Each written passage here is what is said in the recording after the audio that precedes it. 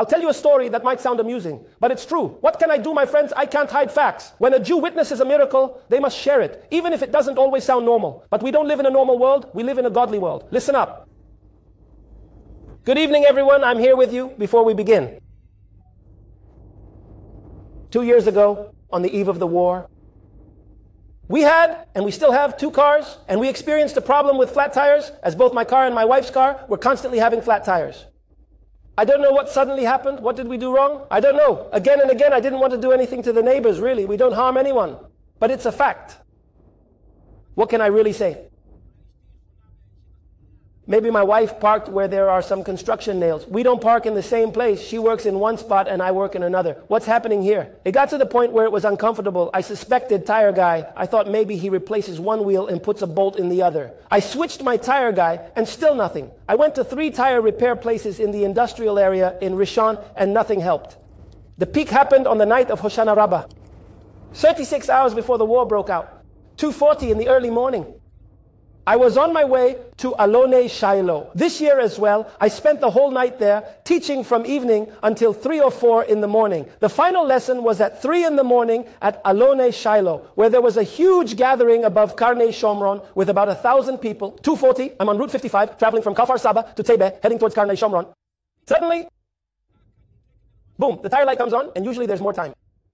After about 10 seconds have passed, I can hear my tire blowing out. The right front wheel.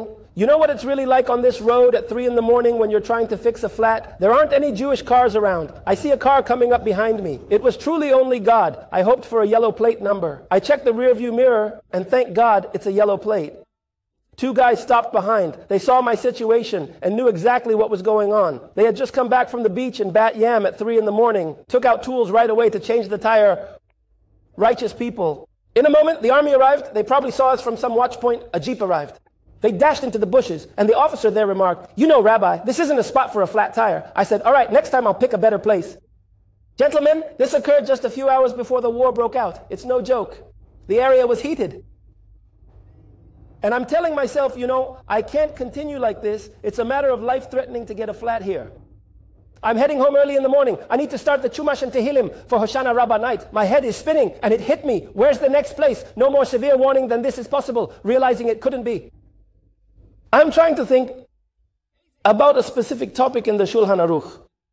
Related to flat tires, I don't remember anything about flats. They weren't familiar with tires. What do we do here? The only thing that came to mind is in the Birkot HaShahar we say, "Save me from a bad person, a bad friend, and a bad neighbor." I realized I need to strengthen the Birkot HaShahar. I had nothing else. Thank God I say the Birkot HaShahar from the day I was born, but not as I should. I decided the Birkot HaShahar must be first. No phone, not opening anything, not approaching anything to say them. The rabbi used to say more than the Birkot HaShahar. He used to say, "At home, up to Eizehu Mekoman." How about puts on tefillin in Eizehu Mekoman?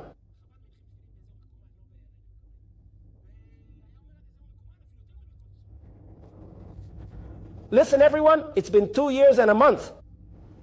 Yesterday or the day before, for the first time, my wife told me she had inflated the tire. I went myself. There was no flat. There was hardly any decrease in the air, thank God. As we drive a lot, the deflation lasted for 2 years. No flat tire for me or for her. I can explain it, or perhaps I can't explain it, but the fact remains, a Jew must seek a connection to that issue.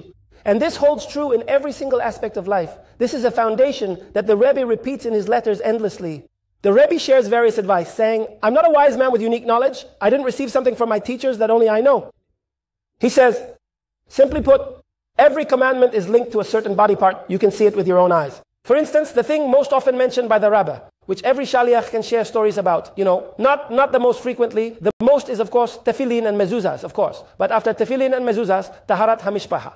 When Jewish individuals asked about their fertility problems, and every rabbi can recount many stories they've encountered, I've personally heard several stories on this topic from my own parents. Fertility issues and challenges with children. First, consider taharat hamishpaha. Anyone understands the connection. It's clear. It's the channel that God gave to bring blessing in that matter. When you talk about tefillin and mezuzahs, it's of course every shaliach checks mezuzahs down here. So every inspector, and you are here in person.